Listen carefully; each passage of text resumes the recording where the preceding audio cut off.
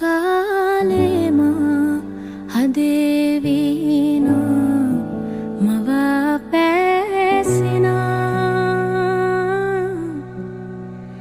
මගේ හිනෙම සොයාවා පැතුසේදා. Hello guys, welcome back to my YouTube channel. ඉතින් ගොඩ දවසකට පස්සේ vlog එකක් අරන් ආවා. ඔයාලා දැනටමත් දන්නවා මට කැම්පස් එකේ එක්සෑම් තිබුණා. ඒ හින්දා තමයි vlog එකක් ගන්න පරක්ක වුණේ. එක්සෑම් එක ඉවරුණාට පස්සේ දවසේම අපි යාළුවෝ කට්ටියත් එක්ක දාගත්තා අනුරාධපුරේ යන්න. ඉතින් මේ වෙලාවට නම් හරියටම පාන්දර 4:00යි. මොකද අපි බෝඩිමෙන් ආවේ පාන්දර 4ට. අපිට 4:00ට යාපනයේ බස් එක අල්ලගන්න ඕනේ වුණා. ඒ නිසා තමයි අපි 4ට ආවේ. අපිට බස් එකේ සීට් නම් තිබුණේ නැහැ. මොකද සීට් ඔක්කොම වගේ බුකින් වෙලා තිබුණේ. මේ අපි දැන් හොරවපොතානින් බැස්සා.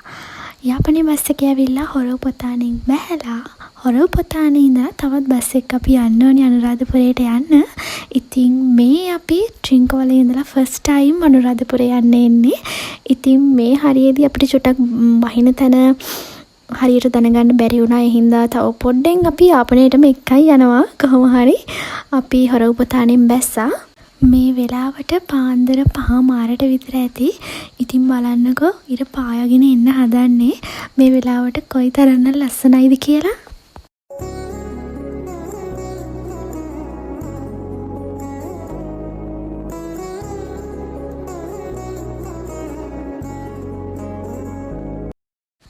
ඔන්න ඉතින් අපි හොරවපොතානේ ඉඳලා අනුරාධපුරයට යන බස් එකත් හොයාගත්තා.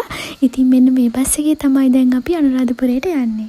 ඉතින් ඊට පස්සේ අපි උඩමළුවට යන පාර ළඟින් බස් එකෙන් බැස්සා. පාර දෙපැත්තෙම මල් පහන් හඳුන්කුරු ගන්න තැන් ගොඩාක් තිබුණා. ඉතින් හරිම ලස්සනයි. ඒ වගේම හරිම සතුටුයි ඒවා දකිද්දී. ඉතින් යන අතර මඟදී ලස්සන තැනක් හම්බුණා. ඉතින් මේ කුඹුරු යායත් එක්ක ඈතින් ඔයාලට පේනවා ඇති රුවන්වැලි මහා සෑයයි ජේතවනාරාමයයි. ඉතින් බලමු අපිට ටයිම් එක තියෙන විදිහට අපි පුළුවන් තරම් ඇවිදින්න හිතාගෙන ඉන්නවා. ඇත්තටම මේ තැන දකිද්දි මට නම් හරිම සතුටුයි. ඉතින් බලන්නකෝ මේ තැනත් හරිම ලස්සනයි. හොඳට හුළඟ තිබුණා ඒ වෙලාවේ. ඉතින් අපි හිතුවා මෙතන අපේ උදේ කෑම ගත්තත් හොඳයි කියලා. ගොඩාක් දුර ඇවිදලා ඇත්තටම ගොඩක් මහන්සි. ඒ වගේම බඩගිනි. ඉතින් අපි බෝඩිමෙන් එද්දි සීනි සම්බල් එක්ක පාන් හදාගෙන ආවා උදේට කන්න කියලා. ඉතින් මේ තැන නැවතිලා ඒවා කෑවොත් හොඳයි කියලා හිතුණා. බලන්න ඈතින් තවත් චෛත්‍යයක් පේනවා. මේ වෙලාවට මාරම ලස්සනයි පරිසරය. ඉතින් මේ තියෙන නෙල්ලි අච්චාරු මේක කඩෙන් ගත්ත එකක් නෙවෙයි. මේකත් අපි එද්දිම හදාගෙන ආවේ. ඇත්තට මේක හරිම රසයි. උදේට කාලා ඉතින් අපි දැන් මේ ආයෙත් යන්න පටන් ගත්තා. මම මේ අනුරාධපුරයට එන්නේ අවුරුදු 2කට විතර පස්සේ. ඉතින් සෑහෙන වෙනස් වෙලා හරිම ලස්සනයි දැන්. ඉතින් යන අතරමඟදී අපිට හම්බුණා බොජුන්හල. ඉතින් අපි හිතුවා ඒකටත් ගිහින් මොනවද තියෙන්නේ කියලා බලලා આવොත් හොඳයි කියලා. ඉතින් බොජුන්හලට ගියාම තමයි දැක්කේ සෑහෙන සෙනඟක් හිටියා එතන. ඉතින් අපිත් ජූස් මොනා හරි බොමු කියලා හිතුවා. ඉතින් මම ජූස් එකක් ගත්තා. ඊට පස්සේ අපි ආවා මල් ගන්න. ඇත්තටම ගොඩාක් ලස්සන මල් එක එක විදිහට තිබුණා. ඉතින් මමත් ලස්සන මල් පොකුරක් ගත්තා. ඉතින් ඊට පස්සේ අපිට හිතුණා ගිතෙල් පහනකට ගත්තොත් හොඳයි කියලා. ඉතින් අපි ඒකත් ගත්තා. මේ වෙලාවට උදේ 8ට 8:00 විතර ඇති. ඉතින් මේ වෙද්දිත් සෙනඟ ගොඩාක් ඉන්නවා. තවත් දවල් වෙද්දි සෙනඟ ගොඩාක් වැඩි වෙයි. මොකද අපි ගියේ පොයට ලං වෙන්න. ඉතින් ඒ නිසා සෙනඟ ගොඩාක් හිටියා.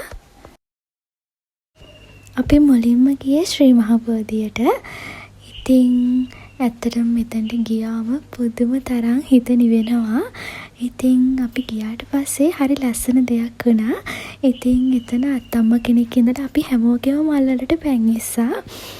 ඉතින් හරිම ලස්සන හදවත් තියෙන මිනිස්සු තමයි ඉන්නේ. ඉතින් ඔයාලට පේනවා ඇති මේ හරියේ සෙනඟ ගොඩාක් ඉන්නවා.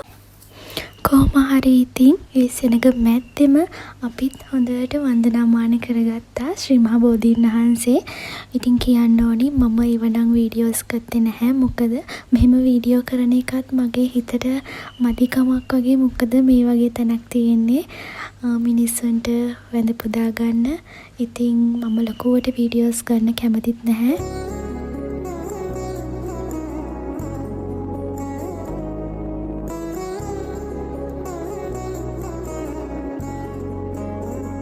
ඉතින් මේ වෙලාවට ගොඩාක් හුළඟ සැරයි මේ තැනට. ඉතින් ඒකත් නිකන් ආශිර්වාදයක් වගේ තමයි මට නම් දැනුනේ. ඉතින් දැන් තමයි අපි රුවන්වැලි මහා සෑය හොඳින්න යන්නේ. ඉතින් හරිම සතුටුයි. ඉතින් යන අතරමඟදී ලස්සන දෙයක් අපිට දකින්න හම්බුණා. ඉතින් ස්වාමීන් වහන්සේලා පේලියට වඩිනවා. ඉතින් ඔයාලටත් පේනවා ඇති ඒක මොන තරම් ලස්සන දෙයක්ද කියලා. ඉතින් දැන් අපි මහා සෑය ළඟටම ඇවිත් ඉන්නේ. සුදු නිලුමක් පෙනි සිහිලෙන් දෝවා කරුණාමෙත් ගුණ සිත් පුරවා ලෝතුරු මම දහරේ ගිලිලා. ඉතින් මෙතනට ආව කෙනෙක් දන්නවා මෙතනට ආවම කොච්චරනම් හිත නිවෙනවද කියලා. ඉතින් මාරම සතුටක් තමයි හිතට දැනෙන්නේ. අනිවාර්යයෙන්ම අවුරුද්දකට සැරයක් හරි එන්න ඕන තැනක් මේ. ඉතින් පුදුම සතුටකින් තමයි මම මේ දේවල් කරේ. මම එන්න ආසම තැනක් තමයි මේ මහා සෑය. ඉතින් මට ඇත්තටම කියාගන්න වචන නැහැ. මොකද ඒ තරම් සතුටින් හිටියේ මම. මේ වෙලාවෙම තමයි මහා සෑයට උදේ පූජාව තිබුණේ. ඉතින් ඒකත් වැඳ පුදා ගත්තා. ඉතින් හරිම සතුටුයි. ගොඩාක් ලොකු පිනක් කරගත්තා අද.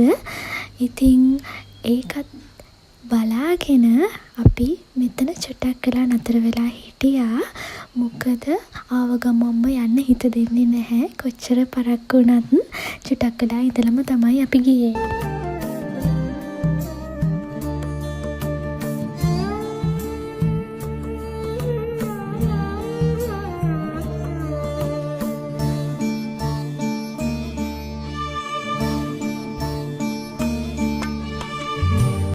අඳුන්කූරු පත්තු කරලා ඉවර වෙලා අපි ආවා පහන් පත්තු කරන්න. ඉතින් මම තවත් ආස දෙයක් තමයි මේ.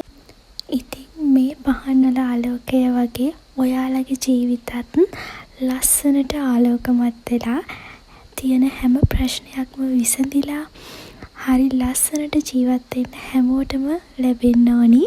ඉතින් මම හැමදාමත් ප්‍රාර්ථනා කරන්නේ මගේ ජීවිතේ වගේම අනිත් හැමෝගෙම ජීවිත ලස්සන වෙන්න කියලා.